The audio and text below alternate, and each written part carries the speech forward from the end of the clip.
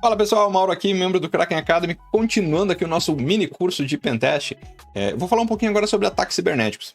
Então, eu vou comentar um pouco aqui sobre atores, sobre o que é um ataque, e vou exemplificar alguns tipos de ataques que a gente tem, os mais conhecidos, e eu acho que os mais importantes. Posso citar alguns casos mais famosos também de cada ataque desses, e eu acho que vai colaborar bastante para a gente entender o porquê a gente vai estar realizando um Pentest, para evitar que um ataque desses, por exemplo, aconteça na nossa empresa, ou, por exemplo, na empresa que a gente trabalha, ou na empresa que a gente faz parte do Blue Team, lá do Red Team, da equipe de defesa, da equipe responsável pela cibersegurança.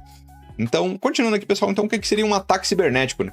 Então, antes de eu começar essa aula, pessoal, eu queria lembrar novamente aí, quem puder deixar seu like já nesse vídeo, deixar algum comentário aqui, um feedback, alguma sugestão, pode deixar aqui, a gente vai estar atendendo na medida do possível. Se for alguma aula, algum conteúdo também, a gente agradece bastante, porque ajuda, né, a gente continuar trazendo esse conteúdo para vocês. Então, quem puder já deixar seu like, se inscrever, compartilhar o nosso conteúdo também, ajuda bastante a gente.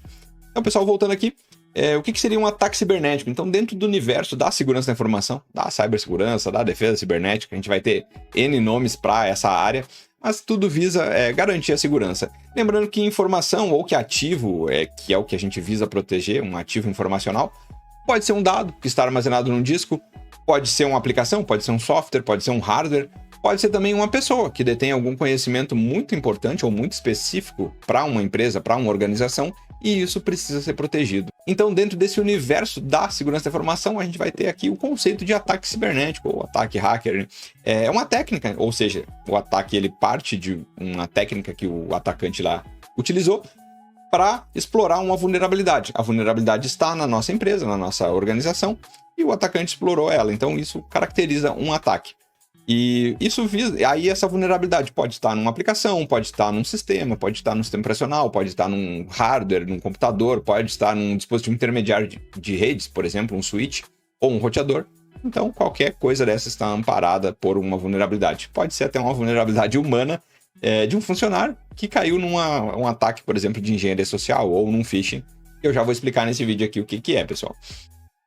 E lembrando aqui algo importante, que o hacker ele não tem autorização para fazê-la, né? Para fazer esse ataque. Então essa é a grande diferença do pentester. O pentester é o profissional da área de pentest, da área de cibersegurança, que realiza esse teste, ou seja, ele simula um ataque hacker para encontrar vulnerabilidades a fim de que possam ser fechadas antes de serem exploradas por um hacker.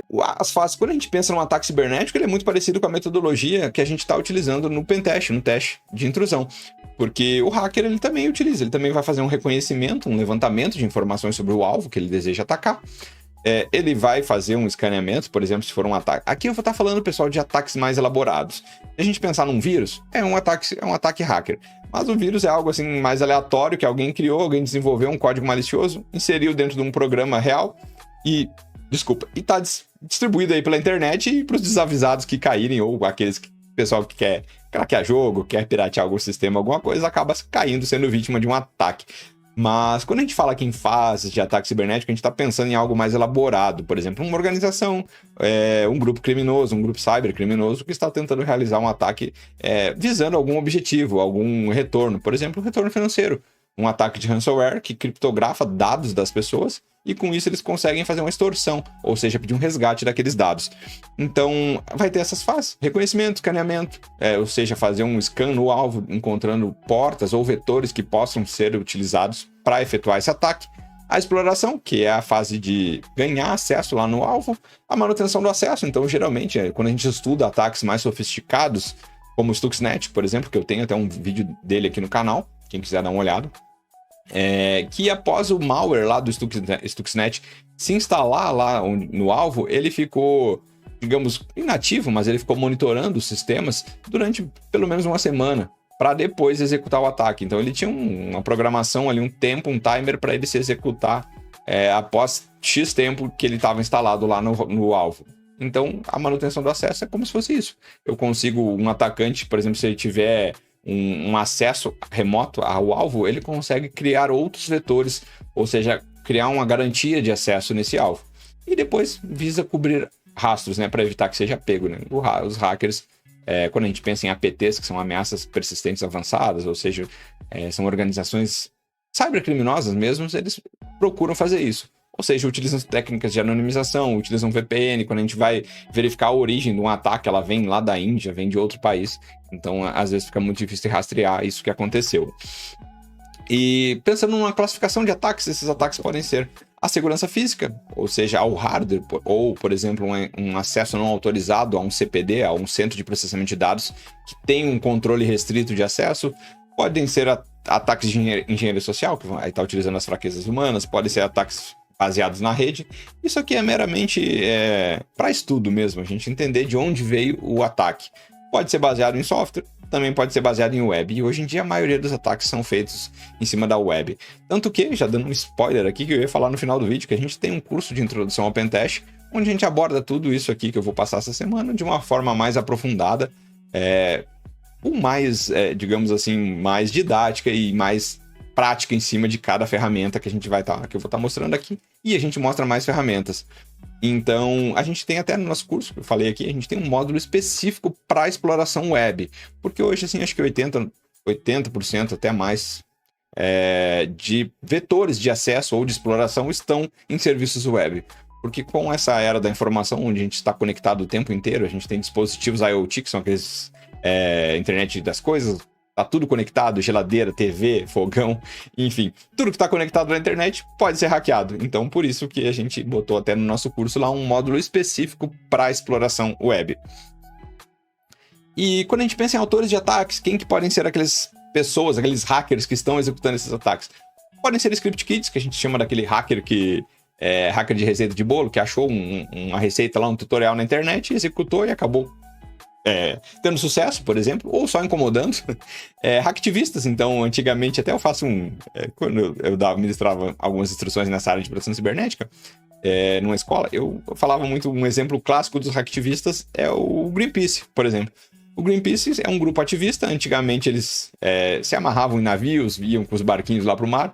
Hoje em dia isso não é mais tão efetivo, então eles utilizam, até tem casos de utilização de ataques hacker para tentar, por exemplo, um DDoS ou um ataque de pichação, que seria pichar um site, invadir um site, deixar uma mensagem lá de organizações, de grandes empresas. O crime organizado, então, existem organizações especializadas em realizar ataques, por exemplo, aquele ataque do WhatsApp, que clona seu número ou pega sua foto e joga em outro número e fica mandando uma extorsão para os seus parentes. É um tipo de ataque cibernético, é realizado por organizações criminosas que são especialistas nisso. Nações ou países, então isso é inevitável, a gente viu isso muito nesses casos recentes da guerra da Ucrânia e da Rússia, e existem ações hackers. A gente viu muito casos eu até tenho um vídeo aqui no canal que a gente comenta sobre isso, que é o DDoS, que é um ataque de negação de serviço, ou seja, uma nação ela fica prejudicando serviços essenciais que estão disponibilizados web, por exemplo, daquela outra nação, enviando ataques que congestionem ou gerem tráfego nessa outra nação, causando instabilidade ou até a indisponibilidade do serviço. Pessoa interna, então às vezes um funcionário descontente ou alguém que foi demitido sem uma justa causa, ou ele acha que não é uma justa causa e que tem algum nível de acesso que não foi removido, ele pode realizar um ataque ou pode realizar um prejuízo para uma empresa. E concorrentes, é inegável que concorrentes tentam executar ataques para descobrir segredos empresariais dos seus adversários lá no mercado. E eu vou falar um pouquinho agora sobre alguns ataques, pessoal. Eu não vou falar muitos para a gente não ficar muito longa essa aula. Eu queria deixar com 10 minutos, vai passar um pouquinho. Eu prometo ser rápido aqui, pessoal. Então, quem ficou até aqui, agradeço e peço. Quem não deixou seu like ainda, deixa seu like. Compartilhe o nosso conteúdo, se inscreva no nosso canal. Então, a engenharia social ou a arte do engano é os mais efetivos, na minha visão, porque a gente consegue utilizar das fraquezas humanas e, com isso, obter vantagens ou informações que vão ser úteis para complementar o ataque. Então, eu acho que ela não é um ataque fim, digamos assim, é algo inicial, principalmente nas fases de reconhecimento e escaneamento, ou seja, a gente consegue levantar informações como credenciais de acesso. Talvez eu não consiga uma senha, mas talvez eu consiga um usuário e depois eu posso utilizar uma força bruta para tentar quebrar uma senha, ou posso conseguir um dado de domínio, algum e-mail, alguma coisa que possa ser útil. Ou, por exemplo, nessa fase eu encontro um endereço de e-mail que eu posso utilizar uma campanha de phishing para obter um acesso. Então, tudo é um pontapé inicial muito bom. Então, eu não vou ficar lendo aqui os conceitos, eu deixei aqui. Eu vou preparar, nas próximas aulas eu já vou fornecer um material didático desse mini curso, para quem quiser estudar e se aprofundar mais na área. Lembrando que tem também o nosso e-book, quem quiser baixar, vou deixar o link na descrição do vídeo, pessoal. Engenharia social, então, ela explora as fraquezas digitais, apelo sexual, pirataria, curiosidade, preguiça, ganância, compaixão. E é algo assim que eu vejo muito no brasileiro, a gente tem muita compaixão. Então, quando a gente vê uma corrente, quando a gente vê uma criança precisando de ajuda, um animal precisando de ajuda, uma corrente nesse sentido, a gente acaba querendo ajudar. Toca o nosso lado emocional, e isso é um prato cheio para os hackers utilizar uma engenharia social. Então, utilizar uma campanha ali de ajuda humanitária para a gente acabar caindo, clicando em algo malicioso. E a urgência também, né? Quando gera aquela urgência, a gente acaba fazendo coisas impensadas e gera prejuízos. O phishing é um tipo de engenharia social onde a gente envia uma isca para os usuários, lá para o alvo, tentando obter algumas informações. Ou, por exemplo, clicar em algum link malicioso que vai fornecer ou vai instalar algo na nossa máquina. Um exemplo clássico são phishings, e-mails de banco. Por exemplo, aqui um e-mail com... A gente observa algumas coisas, alguns detalhes, como uma saudação genérica, prezado usuário.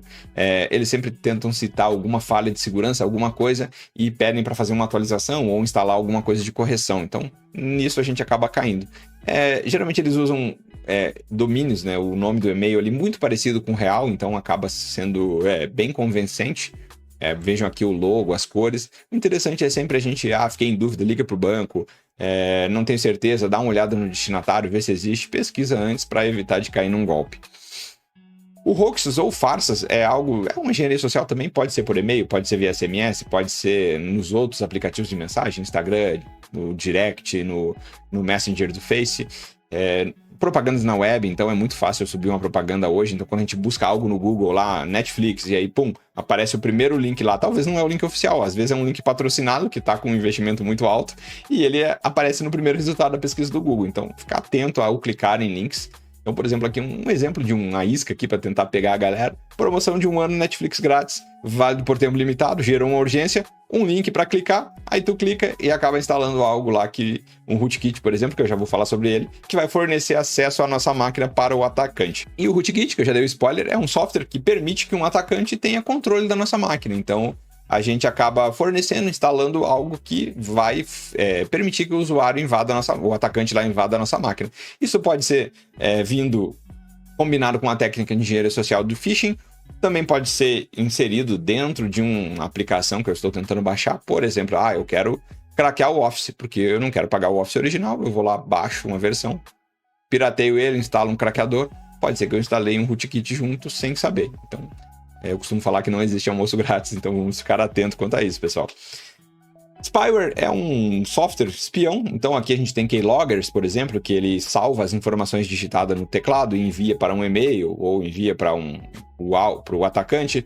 Pode ter screenloggers, que ele tira print de tempos, de segundo em segundo, de tempos em tempos da tela e envia para o atacante. Então, por exemplo, um screenlogger combinado com um keylogger vai dar todas as informações que o atacante precisa, como dados, acessos, senhas, logins, enfim.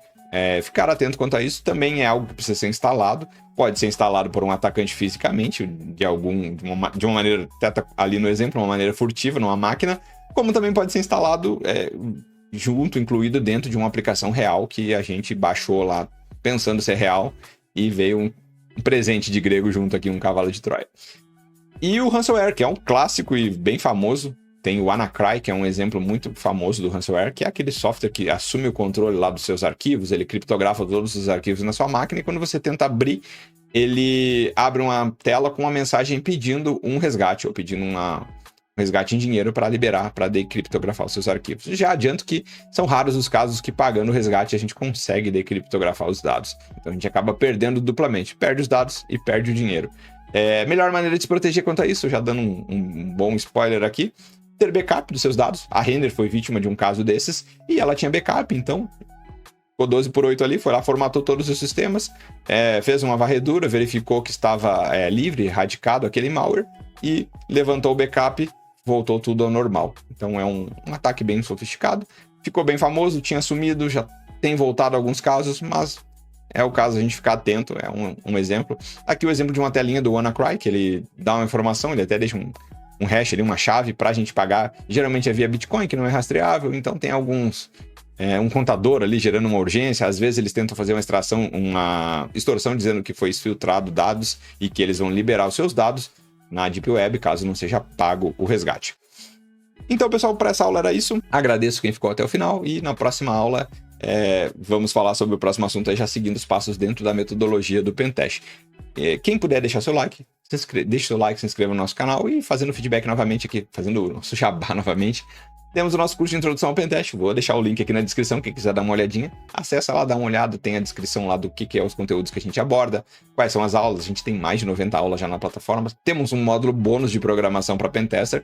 Quem gosta da área, quem quer entrar na área, quem quer se atualizar na área, ou quem quer migrar dentro da área de tecnologia da informação, estamos à disposição, pessoal. Valeu, tchau, tchau.